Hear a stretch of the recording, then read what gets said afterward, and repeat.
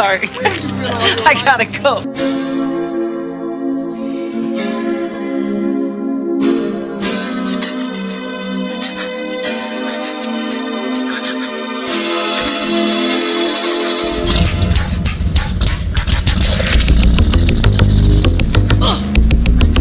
Je me suis toujours interrogé sur la présence de cette chanson sur l'album Bad. Un morceau qui peut sembler plus simpliste que d'habitude dans sa production, mais qui s'avère en réalité efficace quand on en comprend l'intérêt que Michael Jackson avait pour celle-ci. Écrite directement en vue d'un effet visuel pour une des séquences du film de Michael Jackson. Vous l'avez compris, aujourd'hui on va parler de Speed Demon. Dans cette vidéo, nous reviendrons sur l'histoire du titre, de sa création jusqu'à son exploitation pour le film Moonwalker. Nous reviendrons ensuite sur les difficultés à créer le métrage et imposer le titre sur l'album, mettant de côté des démos qui auraient pu être bien plus efficaces. Mais commençons par sa genèse. On sait que Michael Jackson avec l'album Bad cherchait à s'offrir une image de mauvais garçon presque intouchable. La vitesse et la moto devaient donc faire partie intégrante de cette panoplie. Car même si on n'a jamais vu Michael Jackson enjamber une moto, cela ne l'empêche pas une fois de plus de prendre l'image de la vitesse en excès comme une métaphore supplémentaire d'échapper à ses détracteurs. Un des sujets principaux et récurrents de la carrière de Michael Jackson.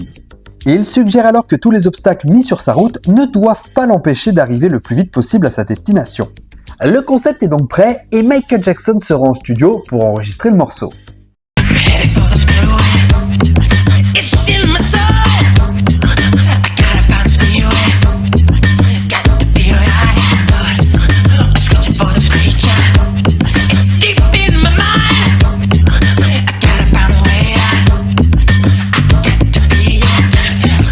Rejoint par Bruce Swedon, qui, comme un signe du destin, va se faire verbaliser pour excès de vitesse alors qu'il se rend au studio pour l'enregistrement et réaliser Speed Demon. Et pour réaliser Speed Demon, Michael Jackson va cette fois-ci se détacher du compromis habituel entre le son synthétique et le son organique. Speed Demon, Speed Demon, Speed Demon.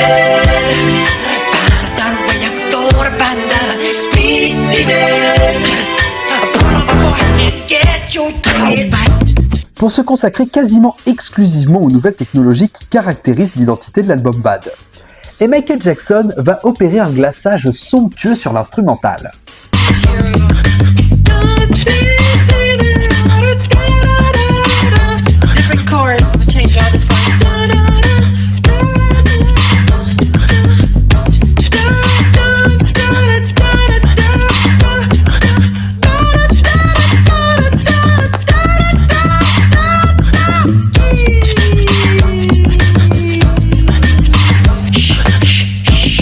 Il va bien évidemment y intégrer ses célèbres mimiques vocales,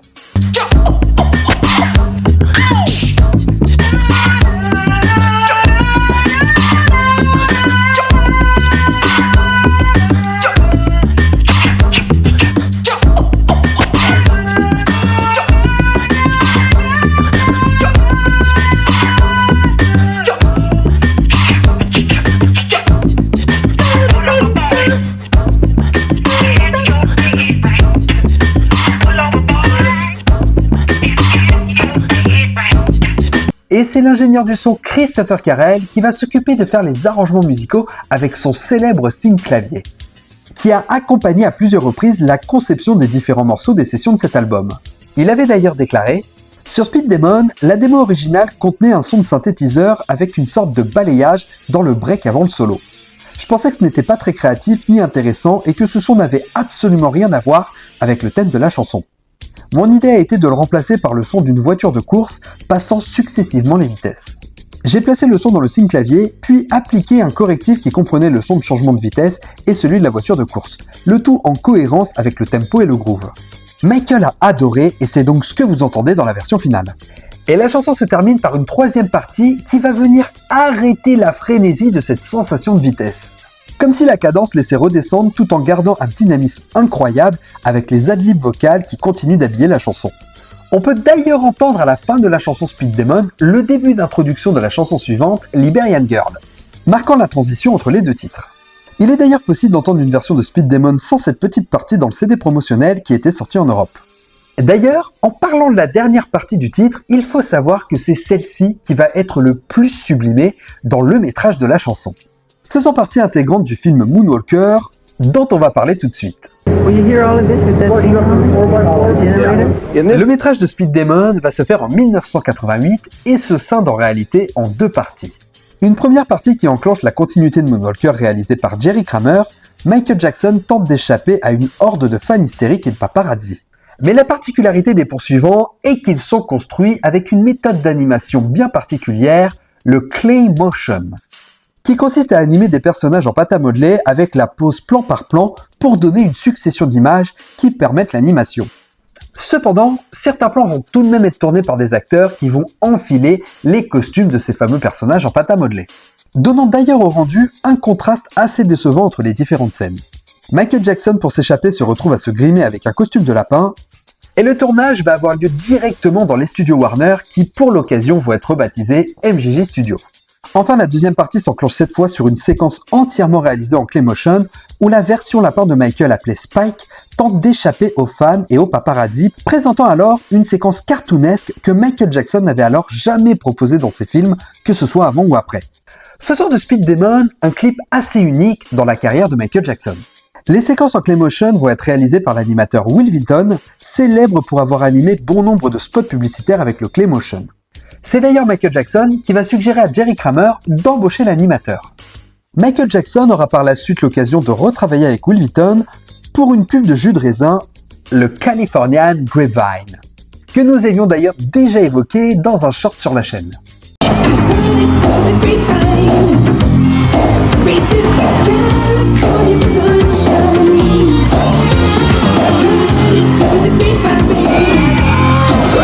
Et pour revenir un petit peu à la première partie du clip, Jerry Kramer se souvenait très bien du tournage et avait déclaré « Nous avons tourné la séquence de poursuite 2 jours après la prestation de Michael Jackson au Grammy Award de 88.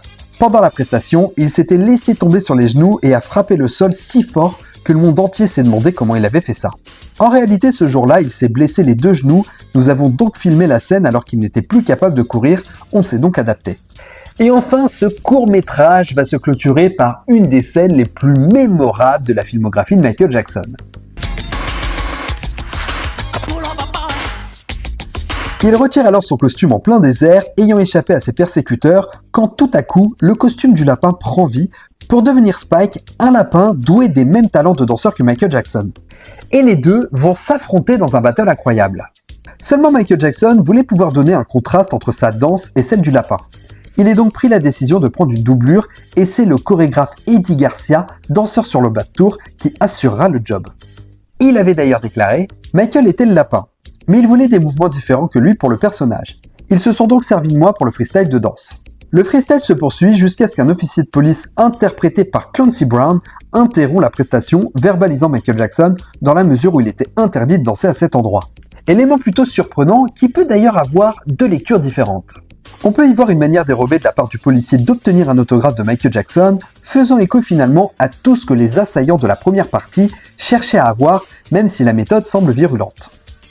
Mais on peut également lire cette proposition scénaristique comme le fait que Michael Jackson voulait démontrer qu'il était censuré à chaque fois qu'il voulait faire ce qu'il avait envie de faire. Rattrapé par ses obligations dès qu'il tente de s'amuser un peu et de danser pour son simple plaisir et non pas comme une obligation commerciale d'un produit qui doit répondre à la volonté de ses consommateurs. D'autant qu'il est laissé seul à ce moment-là par Spike ayant totalement disparu, puis réapparaître un petit peu plus tard au travers des rochers.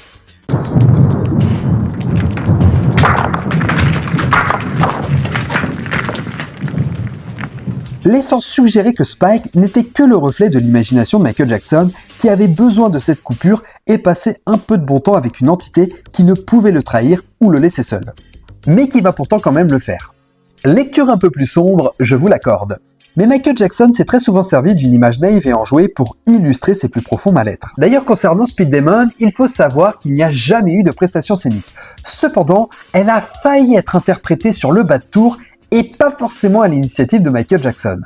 C'est Rory Kaplan qui a eu l'occasion de nous raconter lors du MJ Music Day du 18 octobre 2025 que Greg Phillinganes lui-même ainsi que Jennifer Batten et les autres musiciens ont proposé à Michael Jackson une version live de Speed Demon. Celui-ci avait trouvé la proposition intéressante, mais n'arrivait pas vraiment à se projeter sur une mise en scène pertinente dans la mesure où le clip vidéo était un métrage en animation et qu'il ne voyait pas vraiment comment le transposer sur scène. De ce fait, l'idée de proposer Speed Demon sur scène a rapidement été écartée. Ce qui fait partie à mon sens des actes manqués de sa carrière, au vu de la lecture que j'en ai fait plus tôt. Il aurait été incroyable de voir Michael danser avec une entité imaginaire, se faisant stopper par la suite par un service de sécurité représentant l'officier de police, puis pouvoir faire une vraie transition vers un autre morceau. Bon, je vous rassure, pas du même acabit que l'hologramme de Slave to the Rhythm qui a été réalisé post-mortem. Comme vous l'avez compris dans mon introduction, Speed Demon est le morceau que j'aime le moins de l'album Bad. En réalité, j'ai mis beaucoup de temps avant de laisser une chance au morceau jusqu'à ce que je découvre Moonwalker. Et je dois dire que le final avec ce battle de danse entre Spike et Michael Jackson m'ont littéralement donné envie de mieux comprendre ce titre et lui donner une nouvelle chance. Donc c'est vrai qu'avec le temps, mon regard sur le morceau a beaucoup évolué, même si je considère toujours aujourd'hui que c'est le morceau le moins puissant de l'album Bad. Bon, je sais, beaucoup seront pas d'accord avec moi et beaucoup me citeront même Just Good Friend. Mais je considère encore que les autres morceaux de l'album Bad avaient plus de puissance et plus à offrir.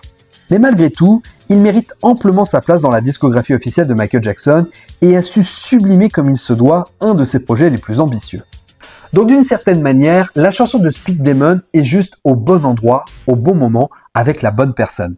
Et c'est là-dessus que nous terminons cette vidéo. Merci beaucoup de l'avoir suivi jusqu'au bout. J'espère qu'elle vous aura plu. N'hésitez pas à liker, partager, commenter. C'est ce qui aide le plus la chaîne. Vous pouvez également devenir membre soutien et avoir accès à du contenu en avant-première. En attendant, pensez à vous abonner pour ne pas rater les prochaines vidéos. Moi, je vous laisse. Ciao les amis.